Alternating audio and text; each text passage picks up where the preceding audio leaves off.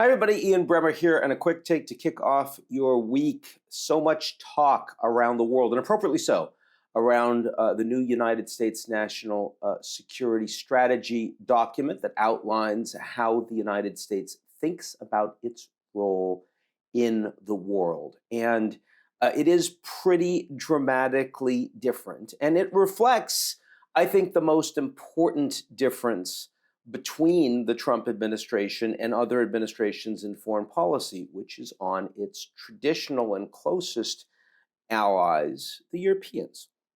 The transatlantic relationship and the security agreement in NATO does manifest the strongest alliance in the world heretofore. But President Trump, unlike Biden and unlike other previous presidents, believes that a strong Europe is not in U.S. interest, particularly a strong coordinated Europe. He does not like the European Union. And it's not because he thinks the EU is a dictatorship, though you see some of that in terms of Elon Musk and other MAGA supporters that have made those arguments. Trump has no problem with dictators or with Democrats if they like him. His issue is that the EU together has the ability to tell Trump things that he doesn't like to hear. It's like pick on somebody your own size. Well, together the Europeans are the size of the United States, at least in terms of trade and regulatory capabilities. Now, Europe is mentioned twice as much as China in the document, which is a little unusual on its face. The Russian government, the Kremlin, has come out publicly and said that they're basically aligned with the Trump administration's national security strategy document, which should make you have reason to think that there might be some challenges with it. The issue here is that ultimately the Trump administration believes that exit from Europe, and certainly a weaker European Union, would be in American interests.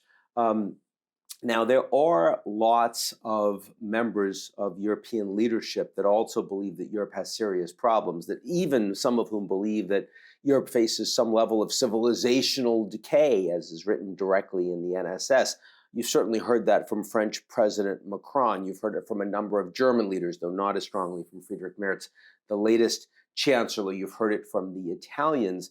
It has led to a change in policy on migration, where under Angela Merkel, when she was chancellor, they were just letting in enormous numbers of migrants, particularly Syrian migrants, to Germany who were not well integrated, many of whom were not particularly welcome, and a lot of whom were not willing to integrate into a German sense of nationality and belongingness. And as a consequence, you see much stronger migrant tough policies on migration from across the EU and from Ursula von der Leyen and her party, which hails to the center right. Having said that, these policies are made and they're meant to make Europe stronger, not weaker. They are meant to be about more competitiveness, like the Draghi plan. They're meant to reduce a level of over-bureaucratization and red tape, which historically had been thought of as the European superpower, but is preventing them from economic growth and productivity. And it's chilling entrepreneurship, and it means that they don't have the kind of R&D investment or technology platforms that the Americans have developed, and the Chinese, by the way, have developed. So there is a recognition that there's a problem, but the European belief in that solution is that Europe, and therefore the EU, should be stronger. And indeed, so many of the Eurosceptic parties inside Europe have themselves given up on the idea of Brexit for themselves. I mean, the National Rally in France, which used to be the National Front, has rejected the idea of Frexit because it's extremely unpopular in France, and instead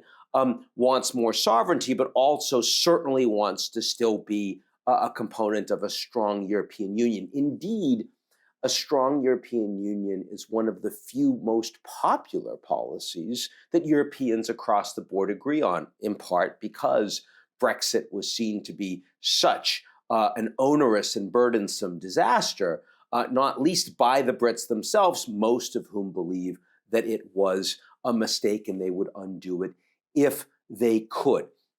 So that is the real takeaway here. The fact that the Europeans have been willing and capable to really act on Ukraine, where they see the Russians as an existential threat to their own security. So if the United States isn't going to spend as much money, in fact, now the US is spending almost no US taxpayer money on Ukraine, the Europeans are paying for almost all of it.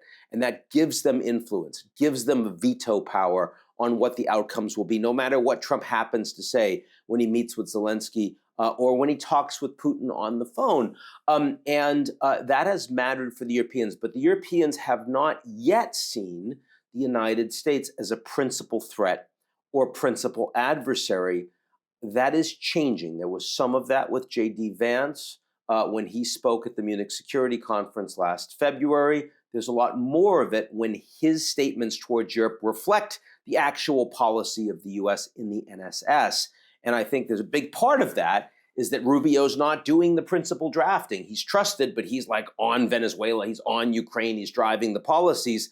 J.D. Vance and Stephen Miller, who runs a lot of what used to be the National Security Advisor, much closer to Trump and closer and more trusted by Trump. Those are the principal people drafting. Those are the principal people driving strategy, how the Europeans respond and to what extent they see themselves as in an adversarial position with the United States. And that requires existential decisions by them with urgency, the way they have moved on Ukraine. That'll be something very, very critical to follow in the next months, particularly as we get closer to next February's Munich Security Conference, which I'll be at and watching very, very closely. That's it for me. I'll talk to you all real soon.